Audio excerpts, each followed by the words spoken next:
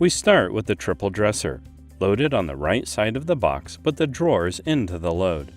Next, we place a nightstand to the right of the dresser and stack its mate on top of it. It is important to remember you can also use any similar solid piece of furniture next to the dresser as long as its depth matches. Also, remember that most dressers will have a large gap underneath that will allow you to get rid of weights, sledgehammers, axes, or similar items you may not care to place high in the load. The nightstands together are about 20 inches higher than the dresser, which will allow for a mixture of dining room and kitchen chairs. Between the two chairs, there is a space for a small carton, so fill it. Snug it up.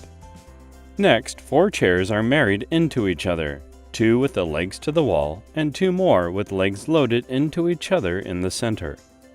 This leaves a small gap across the top, which we fill with a plastic tote and 2 small cartons.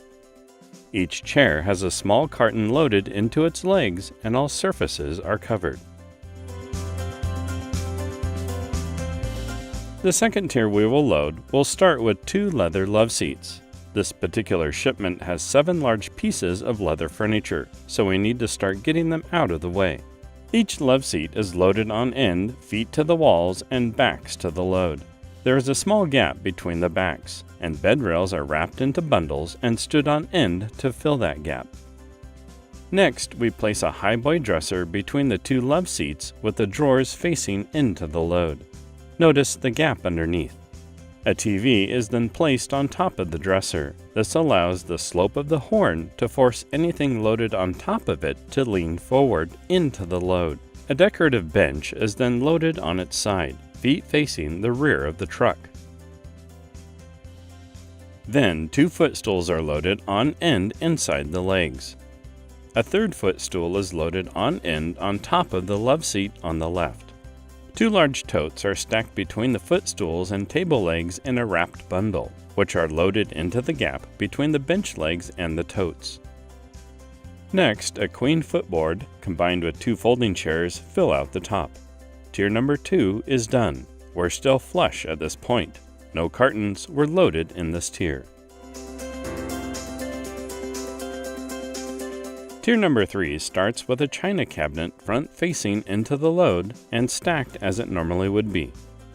2 wardrobe cartons are stacked next to the cabinet, and 2 flat-style totes are used to fill the remaining gap.